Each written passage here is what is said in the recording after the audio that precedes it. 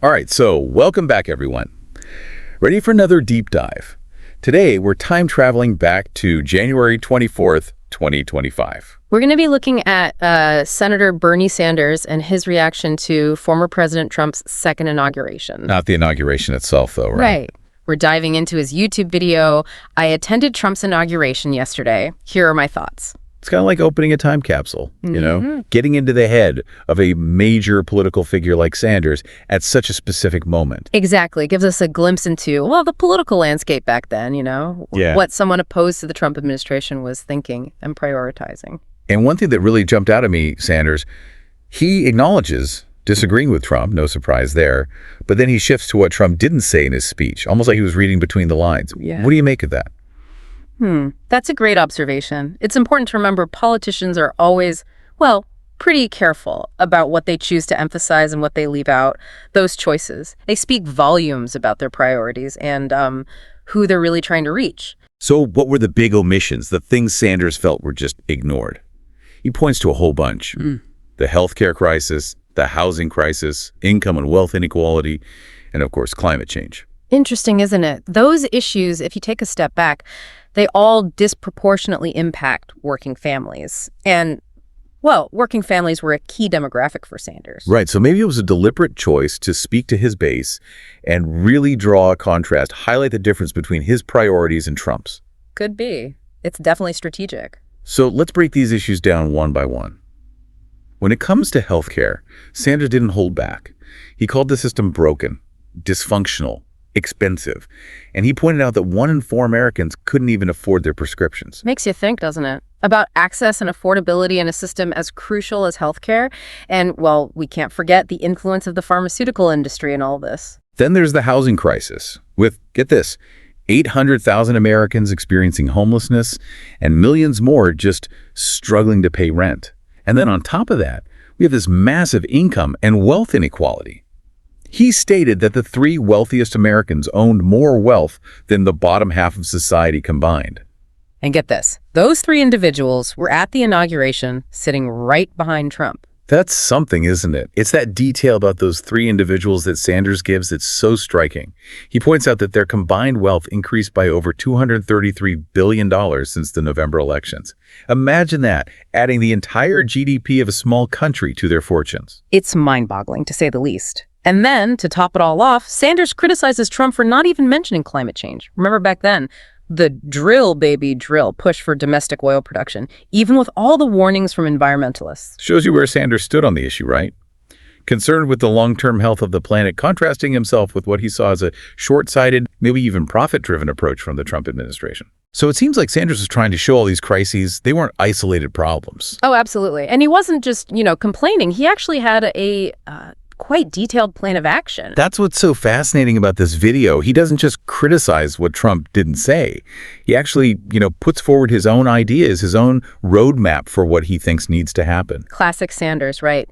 He takes this moment of critique and turns it into an opportunity to offer a positive vision, basically laying out an alternative to what he saw as, the Trump administration's shortcomings. It was a pretty ambitious agenda, wasn't it? He talked about Medicare for all, which was a huge issue back then, essentially expanding government-run healthcare to cover everyone. Then there's lowering prescription drug costs, affordable housing, making public college tuition-free, combating climate change. He even wanted to raise the minimum wage, strengthen unions, tax the wealthy, and reform campaign finance. I mean, wow, that's a lot to take on. Was he being realistic? Well, that's the question, isn't it? It's definitely a very progressive viewpoint. Whether it was achievable back then, that's debatable. But it does show you Sanders' broader vision, right? For societal change, for economic and social justice. And of course, environmental justice, too. He wasn't just picking at little problems here and there. He was aiming for, a fundamental shift in priorities. And it seemed like he was pretty strategic, too, in how he presented these proposals. He framed them as things that most Americans actually wanted, putting them in direct contrast with Trump's agenda, which he kind of implied was out of touch with what everyday people needed. Clever, right. Aligning himself with the will of the people, painting his opponent as, maybe beholden to special interests. But Sanders didn't stop there. He really stressed the importance of citizen engagement, urging people to, educate themselves, organize, and put pressure on Congress. He even said that organized opposition could challenge the Republican majority in the House at the time. That's crucial, that call to action. It shows you how Sanders thought about politics. Change doesn't just happen, right? It needs people, citizens who are informed and ready to, well, hold those in power accountable. And that final message was really powerful. He talked about, fighting for a just America based on economic, social, racial, and environmental justice. That message still resonates years later. Definitely does. And it gets to the heart of what Sanders asked his viewers. What do you think he asked them? What role do citizens have in shaping, political outcomes? Makes you think, right? That message from back then, it still feels so relevant today. Yeah, for sure. And it kind of gets to a question, something Sanders himself posed to his viewers. He asked them, what do you think the role of citizens is in shaping political outcomes? He wasn't just asking people to listen, was he? It felt like a real call to action. Absolutely. He wasn't saying just sit back and accept things. He wanted people to get involved, to educate themselves, to organize and put pressure on those in power. It's like we're getting homework from Bernie Sanders, huh? Maybe we are. But it's important homework. It's all about understanding that we all have a role to play in, shaping the future. I think that's what makes this deep dive so interesting, right? It's not just about looking back. It's about connecting that moment to our own lives and asking ourselves, what can we do to create a more just, more equitable society? Sanders, he definitely believed in the power of people to make a difference. And even if you don't agree with, all his specific policies, that message of being an active citizen, it really resonates. So wrapping up our deep dive into Senator Sanders' perspective, I think the takeaway is pretty clear. It's not enough to just sit back and watch politics happen.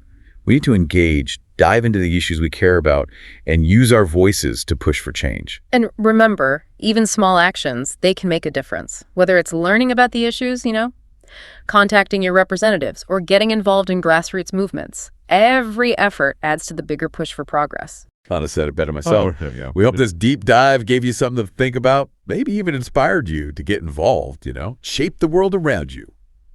Thanks for joining us.